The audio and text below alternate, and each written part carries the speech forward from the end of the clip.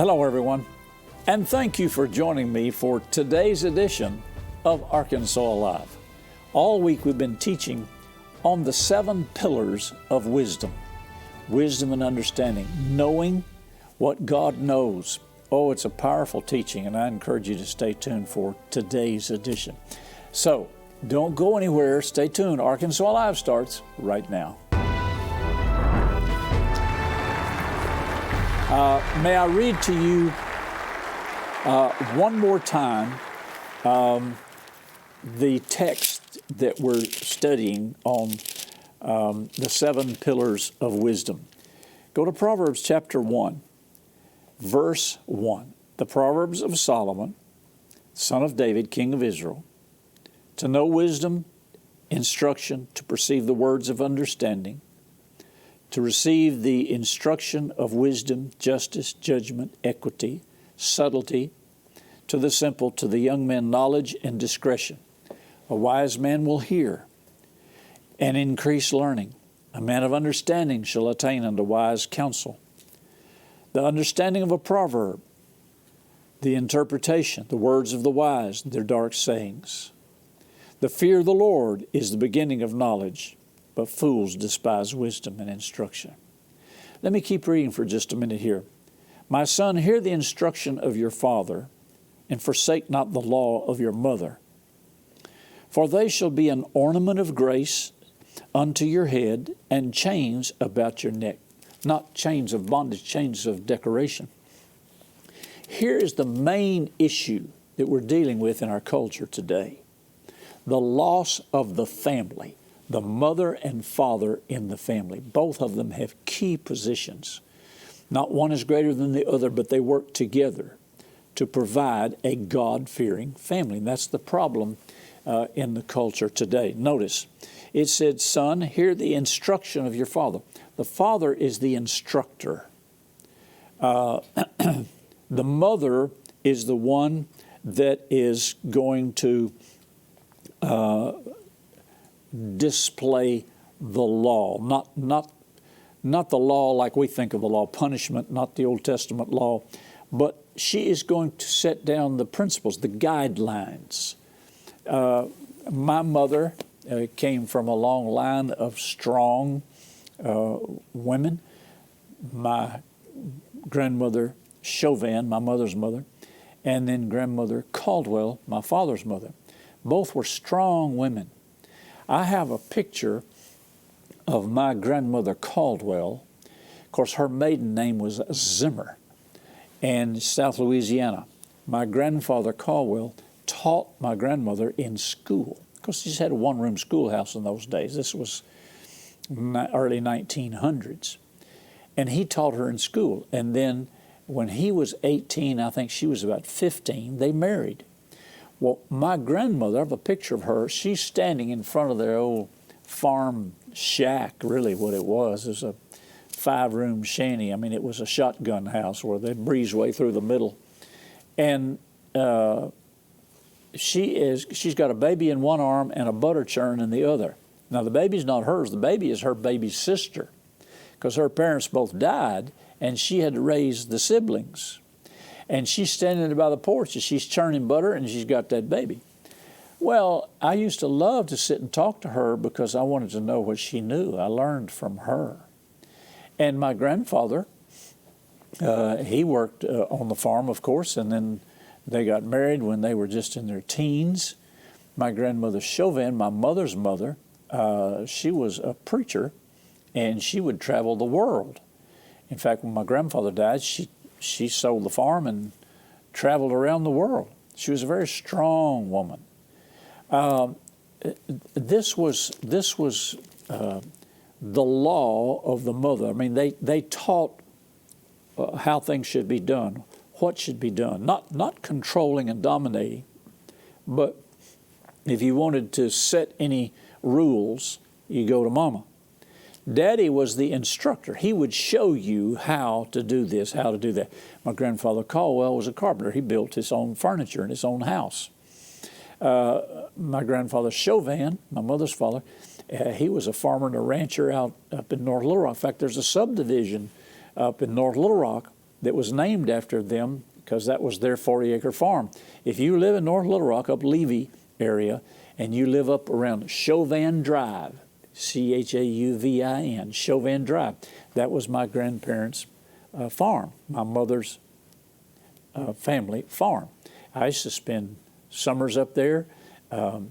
My grandmother laid down the law. My grandfather was an instructor. My father instructed. My mother laid down how we're going to live, how we're going to do this, blah, blah, blah. That's the way God designed it. And when all that went away because of divorce and single parenting and all the ills that have affected our culture, when all that went away and the family went away, then the government was expected to step in and take over and provide. And that's not the biblical way. That won't work. Hasn't worked. Won't work. You're not going to control by law the gangs. You're going to have to teach the fathers to instruct their children. You have to teach the mothers. You know, this is the way God intended it.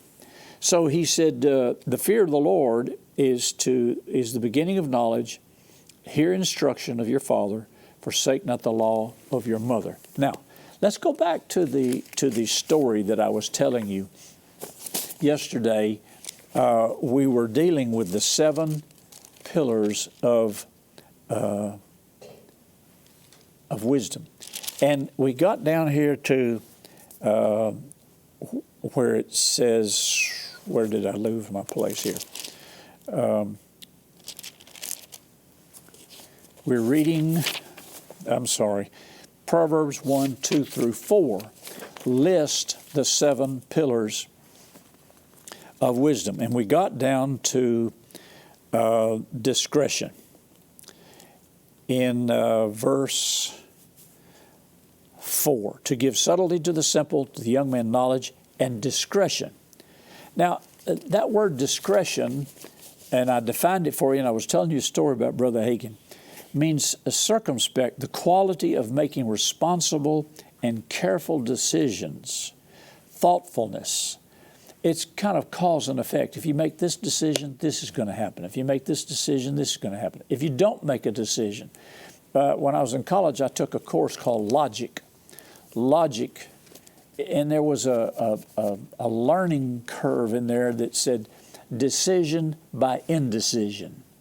That's logic, logistically. If you don't make a decision, you've made a decision. Let's just take voting, for example. We have developed some bad habits in this country of not voting. Don't think it's important, don't like the candidates, whatever. But when you don't vote, you are voting. When you don't make a decision, you are making a decision. And you're giving your vote to someone else if you don't vote. Logic says decision by indecision. If you're not decisive, you have made a decision. You've made a decision not to make a decision. Not trying to confuse you or belabor the point. But discretion requires that you make careful decisions. This is a pillar of wisdom. Now, let me get back to my story. And Brother Kenneth Hagin, founder of Rhema Bible Training Center in Tulsa, Oklahoma, was teaching on love. And he said he was staying with the pastor doing a revival, and the pastor never fed him. They'd leave before he got up in the morning. They wouldn't feed him breakfast, and they'd go to bed when they came home at night from the service, and they wouldn't feed him supper. So the deacon came by and said, "We'll check on you, Brother Hagin. We've had reports in the past that our pastor did not take care of our guests. Is the pastor treating you okay?" And Brother Hagin said, "Yes, we're being taken care of. We're fine." He said, "Are you sure?" He said, "We've had reports that our pastor didn't feed our guests." Brother Hagin never would say that he wasn't being fed. He never would say anything against the pastor. And he would always say, "We're fine. We're blessed." Well, as soon as the deacon left, he told Brother Hagin, or before he left, he told Brother Hagin, said, "Now, you see that house across the alley?" He said, "That's my house, And he said the back porch, most houses in those days were screened in back porches. That back porch, he said, on my back porch is a freezer full of food. And of course, nobody ever locked the doors in those days. We didn't lock ours. And he said, no, doors aren't locked. Just go over there and help yourself anytime you want something to eat and get some food out of that freezer. He said, thank you very much. He said, if I feel like I want to do that, I will. So the man left. Then Brother Hagin told Sister Hagin, said, honey, I'll be right back. He said, I'm going to go over there and see what they got in that freezer. So he went over there and got some food and brought it home and cooked it. He said, now Brother Hagin said, I could have called district headquarters of the denomination. I could have reported this man for the way he was treating me and probably got him in trouble, got him fired, maybe transferred, whatever. He said, but I refused to do it. He said, I'm going to walk in love, and I am not going to expose this man in this situation. That's discretion. That's a pillar of wisdom. That's discretion. Careful decisions, thoughtfulness. Let's go over to Genesis chapter 41. Genesis chapter 41. And let's look at verse 39. I've taught on this a long, over the years. Excuse me, Genesis 41 and verse 39. And Pharaoh said unto Joseph, forasmuch as God hath showed you all this, there is none so discreet and wise as you are. You shall be over my house. According unto your word, all my people will be ruled. Only in the throne will I be greater than you. So Joseph became second in command under Pharaoh because of his discretion. In other words, Joseph didn't go in all about how wrong he was treated and how he was done and the bad things and what he didn't get or what he did get. And you have to learn to walk in that if you're going to walk in one of the pillars of wisdom. Proverbs 19, let's go back to Proverbs. I think sometimes we think that to walk in the wisdom of God is just going to be, God's going to tell us everything to do and what we should do and when not to do. But there's more to it than that. As you begin to see that the 7 pillars of wisdom, there's responsibility on your part. Proverbs 19, let's look at verse 11. Delight is not seemly for a fool, much less for a servant to have rule over princes. The discretion of a man defers his anger, and it is his glory to pass over a transgression. In other words, this old business of you hit me, I'm going to hit you, I'm going to get you back, that is not the better part of valor. That is not a pillar of wisdom. It says here, the discretion of a man, the prudence of a man defers his anger, and it is his glory to pass over a transgression. I remember years ago, I didn't call it a transgression then, but it was. I had been transgressed against by a fellow minister. And I had a young minister that I was training at the time, and he was observing these things, and he saw what was going on. And he pulled me aside one day, and he said, Pastor Caldwell? I said, yes. He said, Brother so-and-so is doing you wrong. Well, I suspicioned that he was, but I didn't have any evidence that he was. And so therefore, when the young minister that I was mentoring came to me and said, that brother over there is doing you wrong. He is not doing you right. And I said, well, thank you. I have felt that, but thanks for letting me know. And I dismissed it. It was gone. I never did anything about it. I never retaliated. It says here, the discretion of a man defers his anger. And it is his glory to pass over a transgression. How can you pass over a transgression? Don't you want to get even? No. Don't you want to get a vengeance? No. Don't you want retaliation? No. I want to pass over it. I want to be discreet. I don't want to do anything to call it. I don't want to hurt this other person. It's not a tit for a tat. It's not a hit for a hit. You're not trying to get even. Discretion is making responsible decisions and walking in thoughtfulness. Go to Proverbs 2. Proverbs chapter 2 and verse 11. Discretion. Here's why you want to walk in discretion. It's a pillar of wisdom. Discretion shall preserve you. I want to be preserved. How about you? Understanding will keep you, to deliver you from the way of the evil man, from the man that speaketh froward things. If you're always going to retaliate, have the last word, get the last hit, you're not going to be preserved. You'll be an open target for Satan. I've shared this with you when we were on the radio back in the early 70s, like 73, 74. We were on a radio station right here in Central Arkansas. Actually, I think it was KGMR. It was the only Christian radio station in the state at the time, in Jacksonville, Arkansas. And I was on the radio there, 15-minute program every day. And I made the radio programs in my home, in my bedroom, which had become my office, with two bedrooms.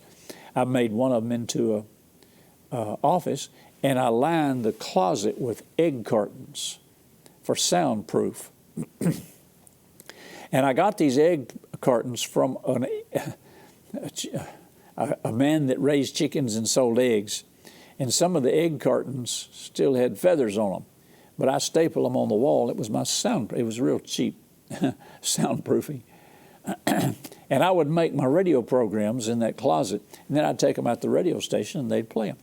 Well, one day I was listening, and this guy that followed me, he did his recording live. Mine was taped a week in advance, but he did his live. And it got to where he was taking shots at everything that I said. In fact, everything that I preached, he preached against.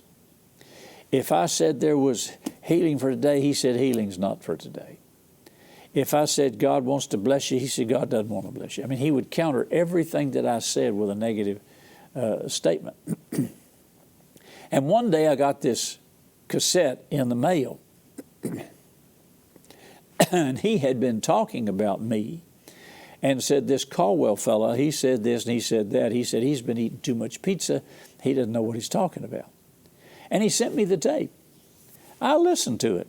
And I thought, well, you know, he's got gall to send me this tape to let me know that he's speaking derogatorily of me and my message.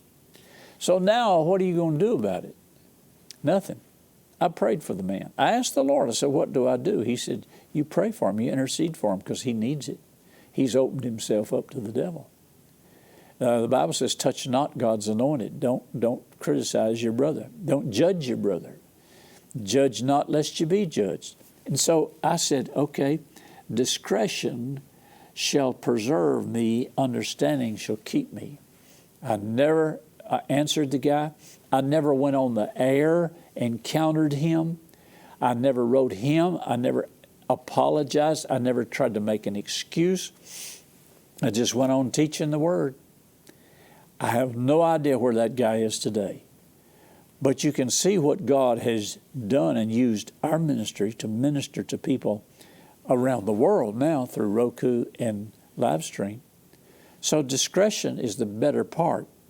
It will preserve you. It will keep you.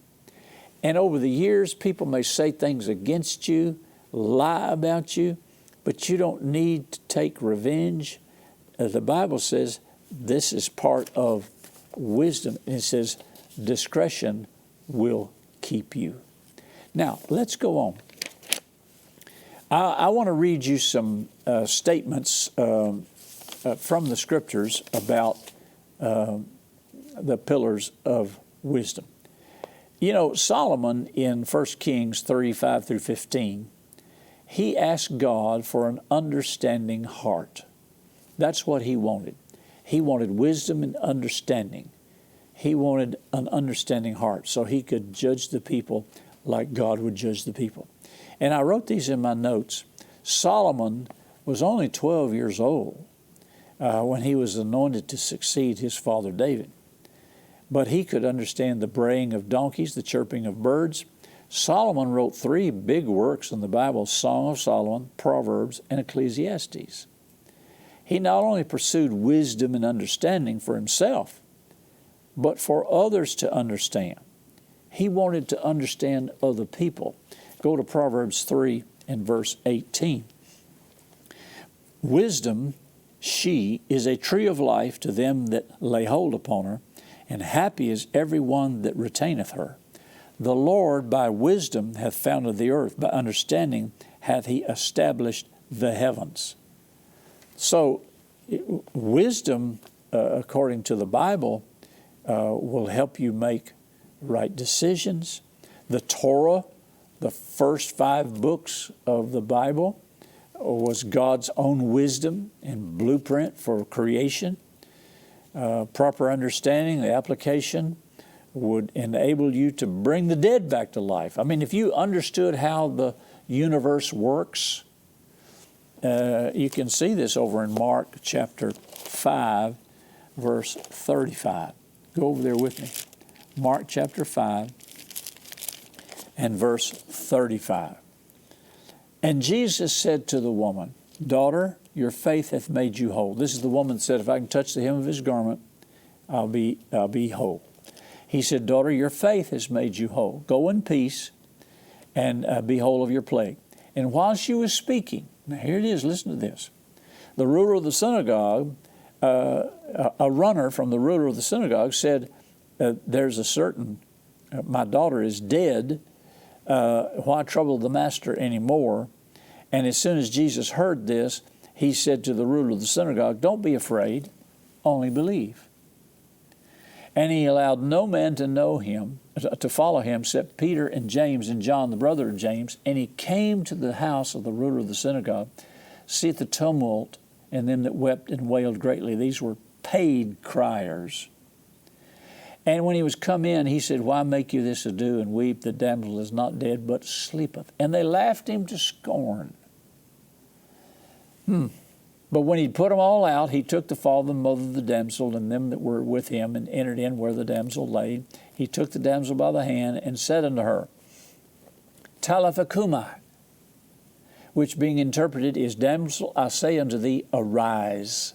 And immediately she arose and walked, for she was 12 years of age. They were astonished with great astonishment. And he charged them straitly that no man should know it, and commanded they should give her something to eat. He understood. The wisdom of God revealed, and he understood to the point where he knew this girl was not dead, and he brought her back to life. Have you ever had that experience? I have. You know something by the Spirit of God. You lay hands on them. You command in faith for them to get up, to be healed, to be delivered. You command demon spirits to come out of people, and they come out. Go back to 1 Kings chapter 10. 1 Kings chapter 10, and I want to read this portion about the Queen of Sheba. We'll talk about this pillars of wisdom. 1 Kings chapter 10, verses 1 through 10. And when the Queen of Sheba heard the fame of Solomon concerning the name of the Lord, she came to prove him with hard questions. She came to Jerusalem with very great train, camels, spices, much gold, precious stones. And when she was come to Solomon, she communed with him all that was in her heart. And Solomon told her all her questions. There was not one thing hid from the king. And when the Queen of Sheba had seen all Solomon's wisdom and the house that he built. Now remember, we found out earlier in the week that wisdom will help you build your house and help you furnish it. It'll show you things to come. It'll help you know what's going on. And the meat of his table, now listen to this, the meat of his table, the sitting of his servants, and the attendance of his ministers, and their apparel, their clothes, and his cupbearers, and his ascent. By when she went up unto the house of the Lord, there was no more spirit in her. She almost fainted. And verse 7, she says, I believed not the words until I came and my eyes had seen it. And behold, the half was not told me. Thy wisdom and prosperity exceeds the fame which I heard. Happy are thy men, happy are your servants which stand continually before you, and that hear thy wisdom. Blessed be the Lord God which delights in you, to set you on the throne of Israel, because the Lord loved Israel forever. Therefore made he the king to do judgment and justice.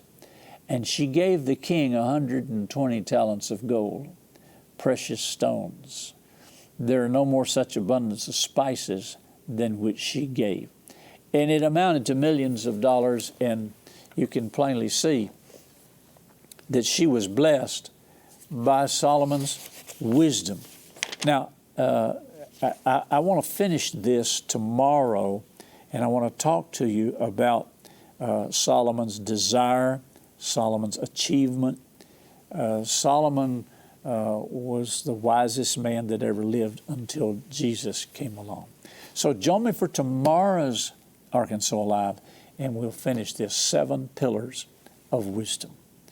And remember, wherever you're watching in the world, through Roku, live stream, Jesus is Lord. But especially over Arkansas, this is what we say all the time.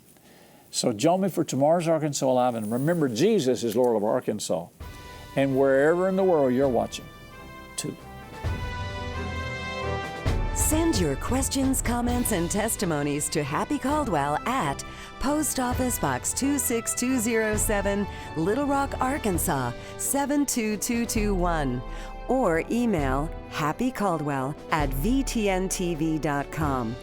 Remember to follow VTN on Facebook at VTN Your Arkansas Christian Connection, and follow Happy Caldwell on Twitter at Happy_Caldwell. VTN is on Roku. Search VTN in the channel store and add us to your lineup. Today's episode is available to watch on demand at VTNTV.com and click Watch.